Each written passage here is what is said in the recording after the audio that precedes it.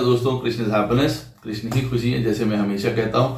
दोस्तों आज एक और इम्पोर्टेंट टॉपिक पे बात करेंगे। केतु जो हम लोगों को मोक्ष की तरफ लेके जाता है, जो हमें फ्री करता है, जो हमें लिबरेट करता है। वीडियो स्टार्ट करने से पहले चैनल को सब्सक्राइब अवश्य कर दीजिए, लाइक करिए, कमेंट करिए, सपोर्ट करते रहिए जैसे आप लोग कर रहे हैं। आपका अति आभार है। नोटिफिकेशन बेल अवश्य पुश कर दीजिएगा ताकि मेरे द्वारा पोस्ट किए गए वीडियोस आपको टाइम टू टाइम मिलते रहें। इनको पर्सनल कंसल्टेशन लेनी है अपने जीवन के बारे में, उनका जीवन कैसे चल रहा है, दशा कौन सी चल रही है, ग्रह उनकी पत्रिका में क्या कर रहे हैं, अवश्य मुझसे संपर्क कर सकते हैं। बहुत ही सरल है। मेरे नंबर्स वीडियो में फ्लैश होते रहते हैं, वीडियो के डिस्क्रिप्शन बॉक्स में नीचे दिए रहते हैं। आप मुझे ईमेल के थ्रू संपर्क कर सकते हैं। इतना ध्यान रखिएगा बंधुओं, पर्सनल कंसल्टेशंस पेड होती हैं। तो केतु एक बहुत ही विस्मयकारी जो है वो प्लैनेट है, ग्रह है और बड़े शुभ रिजल्ट देता है। ये मैं आपको बता दूं कि केतु की प्रथम इच्छा होती है कि कोई इच्छा ही ना हो। तो केतु अपने में कोई इच्छा समेटे हुए नहीं है। और ये बात भी आपको मैं क्लियर करना चाहता हूं वीडियो में ही आपके बेनिफिट के लिए। केतु बिल्कुल नहीं चाहता है कि व्यक्ति आउट ऑफ वर्क रहे या बिना कर्म के रहे, ऐसा बिल्कुल नहीं चाहता है वो। बस केतु चाहता है कि जो काम है, जो हमारा कर्मा है, उसको हम बहुत फटाफट बहुत जल्दी खत्म करें। अगर कोई प्लैनेट ये चाहता है कि हम अपने कर्मों को सही समय पे बड़ी तेजी से अगर खत्म करें तो वो केतु ही है। तो अगर आपके चार्ट में आप अपने कर्म खत्म नहीं कर पा रहे हैं, आपको प्रॉब्लम्स आती हैं day to day routine life को मैनेज करने में, आपके काम अटक जाते हैं हमेशा, आप ये अवश्य याद रखिएगा केतु आपके चार्ट में अच्छा रोल प्ले नहीं कर रहा है, या केतु का आपके लगन के लॉर्ड के साथ जो सामंजस्य है, जो संबंध है, वो शायद सही नहीं है। एक दूसरे को समझ नहीं पा रहे हैं। आपका लगन का लॉर्ड यानी कि आप और केतु, वो इस प्रकार के कॉम्बिनेशन में नहीं है जहां पे आपके काम को फैसिलिटेट करे, आगे बढ़ा दे, जल्दी खत्म करे। क्योंकि केतु का काम है ना कि भाई फटाफट काम खत्म हो, जीवन को आगे की तरफ लेके जाया जाए, भक्ति की तरफ लेके जाया जाए, स्पिरिचुअलिटी की तरफ, मोक्ष की तरफ लेके जाया जाए। तो बिल्कुल भी केतु का अर्थ ये नहीं होता है। यहां मैं फर्स्ट से लेकर 12th हाउस तक केतु के ऊपर मैंने बहुत वीडियो बनाए हैं, बहुत ज्यादा डिस्क्राइब करके, लेकिन मैं यहां पे आपको एक स्नैपशॉट बहुत जल्दी से बता देता हूं कि केतु जो है सब घरों में क्या करता है। देखिए, केतु जब फर्स्ट हाउस में पत्रिका में बैठा होता है तो कहीं ना कहीं वो मेंटल टेंशन अवश्य प्रदान करता है, या यूं कह लीजिए हमको अपनी ऊंचाई, पोजीशन, उन चीजों को पाने में कहीं ना कहीं प्रॉब्लम आती है, या इमोशनली हम कहीं ना कहीं हिट होते हैं, या हेल्थ के थ्रू हिट होते हैं। तो मेंटल स्टेटस जो है आदमी का वो एक जैसा नहीं रहता है, या वो स्थिर नहीं रहता है, या वो शांत नहीं रहता है। केतु जब सेकंड हाउस में पत्रिका में बैठा होता है तो अवश्य फाइनेंसेस से लेके जीवन में काफी प्रॉब्लम्स आती हैं। अकाउंट्स को हैंडल करने में, सेविंग्स में, फाइनेंसेस में हमको बहुत प्रॉब्लम आती है, क्योंकि मेन देखा जाए तो सेकंड हाउस हमारे फाइनेंसेस का है। तो केतु सेकंड हाउस में एक तरीके से मरण कारक स्थिति में होता है। ऐसा नहीं है केतु सेकंड हाउस में बैठ के धन नहीं प्रदान करता है, लेकिन पॉसिबिलिटीज बहुत कम होती हैं, बहुत बार डाउनफॉल्स होते हैं। हाँ, इस केतु को जो सेकंड हाउस में बैठा हुआ है, अगर उसको शुभ प्लैनेट देख लेते हैं या शुभ प्लैनेट के साथ बैठा है, Ketu Jupiter in second house, पैसा ही पैसा होगा, तब और पैसा होगा, ये याद रखिएगा। सेकंड हाउस में केतु का अर्थ है कि कोई ना कोई बेनिफिक प्लैनेट उसको अवश्य देख ले। तो अगर आपकी पत्रिका में केतु सेकंड हाउस में बैठा हुआ है और आपका सेकंड हाउस का लॉर्ड जो भी हो, आप उसका स्टोन अवश्य पहन सकते हैं पैसे की वृद्धि के लिए। थर्ड हाउस में बैठा हुआ केतु अवश्य एक राजयोग प्रदान करता है। हर प्रकार का मैथमेटिक्स या जितना भी हमारा कम्युनिकेशंस है, इंटरनेट है, टेक्नोलॉजी है, इन सब में हमको बहुत वृद्धि, एक तरीके का बहुत बड़ा राजयोग प्रदान करता है हर तरीके से। फोर्थ हाउस में बैठा हुआ केतु एक नहीं कई तरीके की प्रॉब्लम्स हमारे लिए लेके आता है। वो प्रॉब्लम्स हमारे घर, इमोशंस, मदर, रिलेशंस कई प्रकार की हो सकती हैं। बंधुओं में ना आपस में बन पाना, घर में ना रह पाना, दूर चले जाना, काफी प्रॉब्लम्स देता है। 4th हाउस में केतु अच्छा नहीं माना जाता है। हाँ, प्रॉपर्टी अवश्य प्रदान करता है। केतु इन 4th house guarantees property. Ketu जब 4th हाउस में बैठा हो तो स्पेशली इन लोगों को नरसिंह मंत्र या नरसिंह स्तोत्र अवश्य करना चाहिए नारायण का, उससे बहुत रिलीफ प्राप्त होता है। 5th हाउस में जब केतु बैठा होता है तो ये भी एक अच्छी स्थिति नहीं मानी जाती है। वजह क्योंकि आदमी क्या सोच रहा है, किस तरीके से सोच रहा है, डायरेक्शन लेस हो जाता है। उसको ये नहीं पता होता है जीवन को किस तरफ ले जाए, क्या काम करे, कहां जाए। उसकी सोच जो है वो हमेशा क्लाउडेड होती है और उसकी वजह से वो कई बार बहुत गलत डिसीजंस जीवन में ले लेता है। हाँ, यहाँ पे आप कह सकते हैं कि डायरेक्शन लेस हो जाता है जीवन में, कहाँ जाना है, क्या करना है, क्या करे, रिलेशंस में किसी भी चीज को लेके वो डायरेक्शन लेस हो जाता है। 6th हाउस में बैठा हुआ केतु, यहाँ पे उसको इंडिपेंडेंट रहना पसंद है। वो बंध के नहीं रह पाता है, छोटे काम नहीं कर पाता है, अपने हिसाब से काम करना चाहता है। 6ठे में बैठा हुआ केतु रूटीन काम करना चाहता है, कोई ऐसा काम जो नित्य रोज हम वही काम कर रहे हैं, लेकिन अपने फैक्टर्स पे। हम किसी के अंडर कोई छोटे काम नहीं कर सकते हैं। 6th हाउस में केतु की ये प्रॉब्लम है। 7th हाउस में केतु अगर बैठा होगा तो वो बहुस्त्री योग बनाता है, मल्टीपल मैरिज में परेशानी, खुशी नहीं। यहां पे आप कह सकते हैं पहले रिलेशनशिप्स मैरिज को लेके। तो सबसे इंपॉर्टेंट पॉइंट ये है कि 7th हाउस में केतु बैठा है, इसका अर्थ ये बिल्कुल नहीं है कि मैरिज आपकी खराब होगी। वो प्रॉब्लम्स को शो करता है, होगी कि नहीं होगी, नवमांश के 7th हाउस से ये गारंटी देखा जा सकता है। अगर नवमांश में 7th हाउस का लॉर्ड 7th में बैठा हुआ है तो ये सिर्फ आपको ये बताता है कि मैरिज की जो सोच है, एक फैमिली है, साथ में आना है दो जनों का, शायद उसको हम अपोज करते हैं, लेकिन बाद में चीजें ठीक हो जाती हैं या संतान के बाद चीजें ठीक हो जाती हैं। वैसे भी केतु 7th हाउस में बैठा हो, बहुत कुछ डिपेंड करता है कि संतान होने पे। जैसे ही संतान की उत्पत्ति होती है, 7th हाउस में बैठा हुआ केतु जो है वो शांत हो जाता है मैरिज के लिए और मैरिज आगे बढ़ जाती है। 8th हाउस में बैठा हुआ केतु स्पिरिचुअल अवश्य प्रदान करता है। ऐसा व्यक्ति स्पिरिचुअल होता है, ऐसा व्यक्ति अपने जीवन के कर्मास को फिनिश अवश्य करता है। यहाँ पे केतु की जो अग्नि है वो बहुत तेज होती है। तो कई प्रकार के जो कर्मा हम करने आए हैं और जिनकी पत्रिका में केतु 8th हाउस में बैठा हुआ है, वो अब की बार अपने जीवन में कई कर्मास को वो फटाफट फिनिश करेंगे, तेजी से खत्म करते हैं। 9th हाउस में बैठा हुआ केतु बहुत फेथफुल होता है, बहुत ट्रस्टफुल लोग होते हैं, इन पे विश्वास किया जाता है और ये एक बहुत सुंदर पोजीशन है केतु की 9th हाउस में बैठने की। 10th हाउस में केतु अगर किसी की पत्रिका में बैठा है, वो बहुत हार्ड वर्कर होता है, उसको बहुत सक्सेस प्राप्त होती है। हाँ, यहाँ पे पॉइंट ये है कि उसको उचित डायरेक्शन मिल जाए अपने जीवन का, कि उसको जाना कहाँ है, करना क्या है, उसका जीवन में कर्म क्या है। कई बार केतु 10th में बैठा हुआ प्रॉब्लम्स देता है काम में, व्यक्ति को पता नहीं होता उसकी फील्ड कौन सी है, वो कहाँ जाए।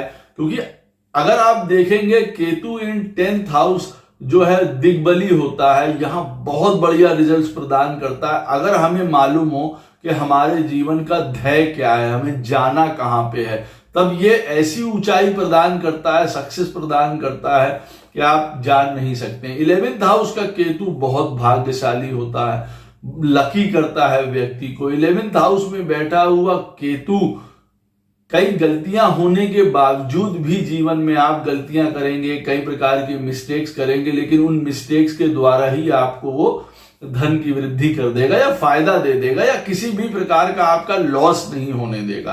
तो केतु 11th हाउस में बैठा हुआ है जिनके भी चार्ट में, उनके लिए ये बहुत अच्छी स्थिति है, बहुत बड़ा राजयोग है। ऑफ कोर्स बाकी की चीजें भी देख अवश्य लेनी चाहिए। केतु 11th हाउस में बैठा हुआ है और 11th हाउस का लॉर्ड जो है आपके चार्ट में 8th हाउस में बैठा हुआ है।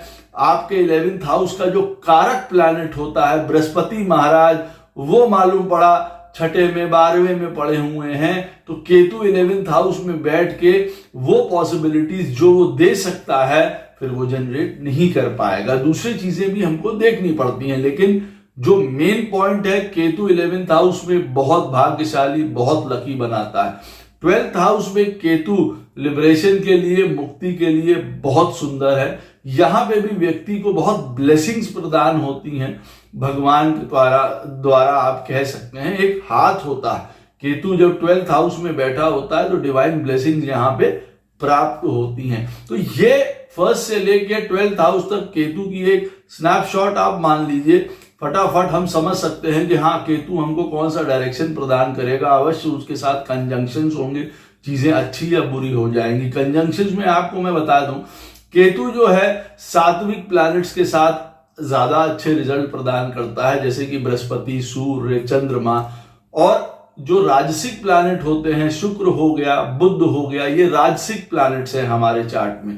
केतु जब इनके साथ बैठा होता है तो कई बार कई प्रकार की हमको प्रॉब्लम्स प्रदान करता है। केतु शुक्र के साथ बैठा होगा, अवश्य हमारे रिलेशनशिप्स को क्लाउडेड कर देगा। मरकरी के साथ, बुध के साथ बैठा होगा, अवश्य हमको कहीं ना कहीं दिमाग में, काम में, प्रोफेशन में, हमारी नॉलेज में कई प्रकार की प्रॉब्लम्स क्रिएट कर सकता है अगर खराब स्थानों में बैठा हो तो।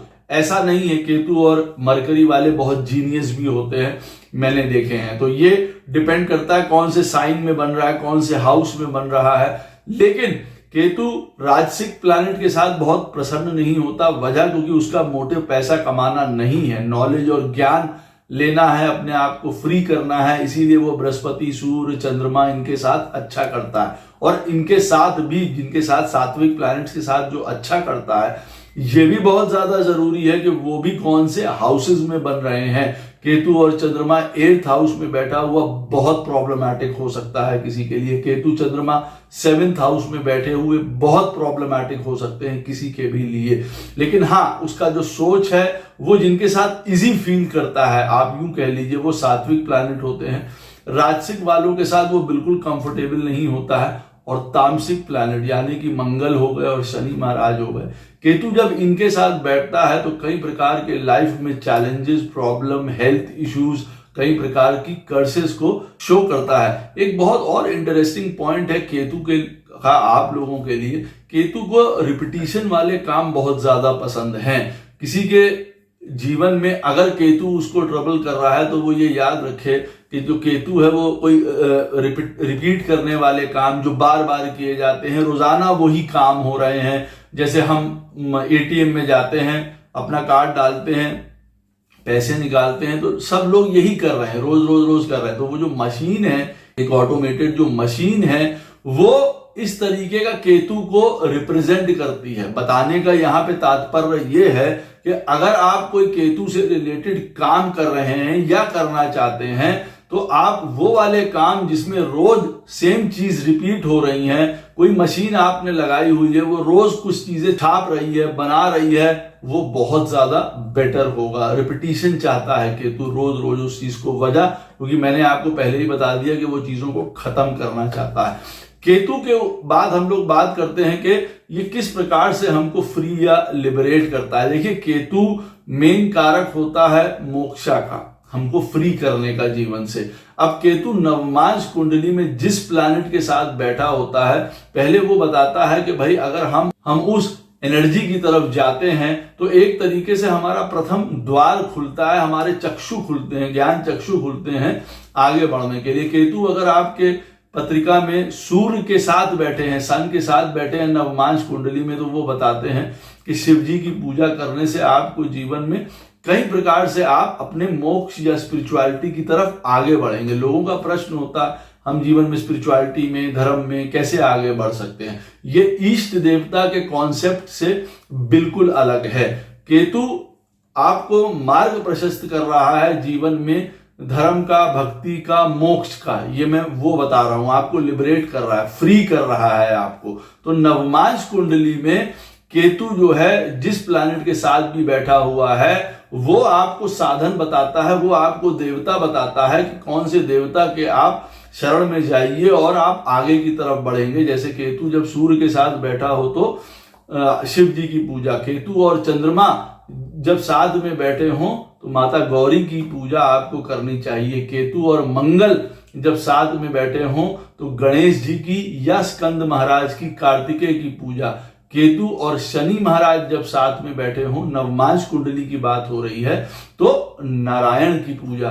केतु और बुध महाराज जब साथ में बैठे हों तो विष्णु जी की पूजा। दोनों शब्दों का, विष्णु जी का और नारायण का मंत्र अलग है, उनका मंतव्य अलग है।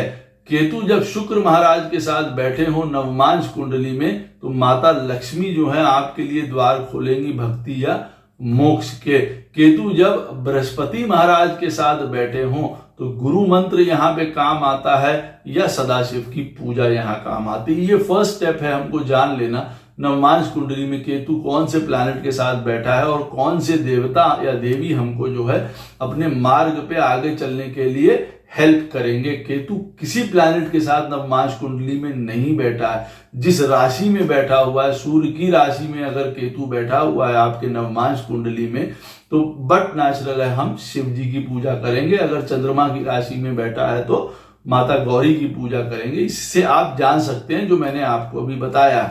दूसरा स्टेप आता है कि कौन व्यक्ति इस जीवन काल में मोक्ष की तरफ अपने कदम बढ़ाएगा या उसको प्राप्त होगा। उसके लिए भी मैं आपको पॉइंट बता रहा हूं कि देखिए कि आत्मा कारक आपका नवमांश कुंडली में जहां पे भी बैठा होता है, आपका आत्मा कारक नवमांश कुंडली में, आत्मा कारक वो प्लैनेट होता है जो हमारी पत्रिका में सबसे हाईएस्ट डिग्री का प्लैनेट होता है। आत्मा का कारक जो है हमारी सोल डिजायर है, हमारी आत्मा की इच्छा है, और नवमांश कुंडली में वो बताती है जो प्रारब्ध हमारे लिए तय है, जो कर्मा हमको फिनिश करने हैं। तो आत्मा कारक जहां पे भी नवमांश कुंडली में बैठा होता है वहां से हमें देखना होता है कि अगर आत्मा कारक की पोजीशन से, अगर मान लीजिए उदाहरण के तौर पे नवमांश कुंडली में आत्मा कारक बैठा हुआ है किसी के फर्स्ट हाउस में और वहीं पे केतु बैठा हुआ है, तो वो ये बताता है कि आत्मज्ञान की प्राप्ति होती है। आत्मा कारक से केतु अगर फर्स्ट या 9th हाउस में बैठा होगा, इसका मतलब है व्यक्ति को आत्मज्ञान की, आत्म प्रेरणा की, प्रभु की तरफ जाने की काफी क्लियरिटी अब की बार उसको मिलेगी फर्स्ट या 9th में। उदाहरण के तौर पे मैंने बताया ही आपको कि अगर आपका आत्मा कारक फर्स्ट हाउस में बैठा है तो केतु को भी वहीं बैठा होना चाहिए, या 9th हाउस में नवमांश कुंडली के आपके केतु बैठा है जब आत्मा कारक फर्स्ट में बैठा है। तो 1 और 9 में जब भी आत्मा कारक से केतु बैठा होगा वो ये बताता है कि जीवन में हमको आत्मज्ञान की प्राप्ति होगी। ये मोक्ष को गारंटी नहीं करता है, लेकिन आत्मा कारक से अगर केतु महाराज 4th या 12th हाउस में बैठे हुए हैं तो वो ये अवश्य बताता है कि पूरा साधन बनता है कि अब की बार जीवन में आप जो हैं वो मोक्ष की तरफ बढ़ें। आपका पूरा साधन भी बनेगा, रास्ता भी बनेगा। अगर आत्मा कारक से 4th हाउस या 12th हाउस में केतु बैठा हुआ है, आत्मा कारक से 12th हाउस में केतु बैठा हुआ, तो कभी कभी ये बताता है कि इस जीवन से अब मुक्ति जो है संभव है। जीवन मुक्तांश का यहाँ पे जो है वो फिलॉसफी देता है। आत्मा कारक से 12th हाउस में बैठा हुआ केतु इस जीव को फ्री करने का काम कर देता है। ये बड़ी अच्छी कंडीशंस हैं, और अगर दूसरी चीजें भी हेल्प कर रही हैं साथ में, अगर जैसे ये पोजीशन अगर मैंने आपको बताया कौन से हाउस में बन रही है नवमांश कुंडली के, वो भी बहुत बताता है कि इस जन्म के कर्मों से हमको मोक्ष प्राप्त हो जाएगा या हमको ओवरऑल मोक्ष प्राप्त हो जाएगा, इस जीव को अब मुक्ति मिल जाएगी हर जन्म से, वो ये भी बताता है। केतु नवमांश कुंडली में जब कर्क राशि में और मीन राशि में बैठा होता है तब भी वो मोक्ष के द्वार खोलता है, गुरु के द्वारा खोलता है, ज्ञान के द्वारा खोलता है। लेकिन केतु जब कर्क राशि में और मीन राशि में बैठा हो, ये भी एक मोक्ष वाली स्थिति उत्पन्न करता है। और अगर ये आत्मा कारक से 12th या 4th है तब तो कहना ही क्या, आप कह सकते हैं ऐसा व्यक्ति अब अपने जीवन के अलग रास्ते पे चलने के लिए बिल्कुल तैयार है, जो कि प्रभु की तरफ जाता है। उसको आत्मज्ञान की प्राप्ति भी होगी और वो मुक्त भी होगा। यहाँ पे एक और इंपॉर्टेंट मैं आपको सूत्र बता दूं लास्ट में, केतु आपके लगन के लॉर्ड से भी जहां बैठा होगा, वो बात बहुत इंपॉर्टेंट है, ये याद रखिएगा।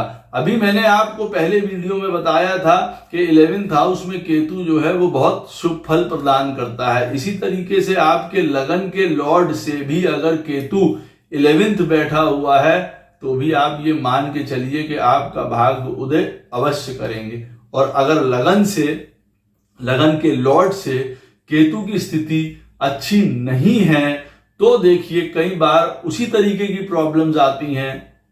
जैसे मैंने बताया, केतु 2nd हाउस में बैठा हुआ हमको फाइनेंस से रिलेटेड प्रॉब्लम देता है, हमको हर प्रकार की सेविंग से रिलेटेड प्रॉब्लम देता है। तो आपका लगन का लॉर्ड से अगर 2nd हाउस में केतु बैठा हुआ है तो भी ये वही problems, financial problems, family issues, saving problems अवश्य प्रदान करता है। तो केतु का आपके लगन के लॉर्ड के साथ जो संबंध होता है वो भी आपका जीवन का रास्ता तय करता है कि आप कितने फ्री होंगे, आप कितने लिबरेट हो पाएंगे इस जीवन में। केतु और आपके लगन का लॉर्ड का अगर संबंध बहुत अच्छा है, जैसे मैंने आपको पहले वीडियो में बताया, मान लीजिए आपका लगन का लॉर्ड 1st हाउस में बैठा हुआ है और केतु 10th हाउस में बैठा हुआ है, तो ये ग्रेट सक्सेस का एक उदाहरण है। व्यक्ति ऐसा अवश्य अपने काम भी पूरा करेगा, अपने जीवन में नाम भी कमाएगा, सारे कर्म भी अपना पूरा करेगा, उसको डायरेक्शन भी मिलेगा अपनी लाइफ में कहां जाना है, क्या करना है। तो केतु और आपके लगन का लॉर्ड, जहां पे भी आपके लगन का लॉर्ड बैठा हो, मालूम पड़ा आपके लगन का लॉर्ड 4th हाउस में बैठा हुआ है और केतु 6th हाउस में बैठा हुआ है, तो यहां से अगर आप देखेंगे तो लगन के लॉर्ड से केतु हो गया 3rd और केतु से हो गया आपका लगन का लॉर्ड 11th। ये दोनों पोजीशन राजयोगकारी पोजीशन है आपके लगन के लॉर्ड के लिए। इसका मतलब केतु और आपके लगन के लॉर्ड के बीच का रिश्ता अच्छा है। आपको जीवन में आपके कर्म जो हैं वो अवश्य पूरे कर पाएंगे और आपके जीवन में इच्छाएं भी पूरी अवश्य होंगी। आशा करता हूं ये वीडियो आपको अवश्य पसंद आएगा। कोई भी प्रश्न हो इस वीडियो से संबंधित कमेंट सेक्शन में मुझसे पूछ सकते हैं, कोशिश करूंगा उसका उत्तर आपको अवश्य प्रदान करूं। राधे राधे, जय श्री कृष्ण।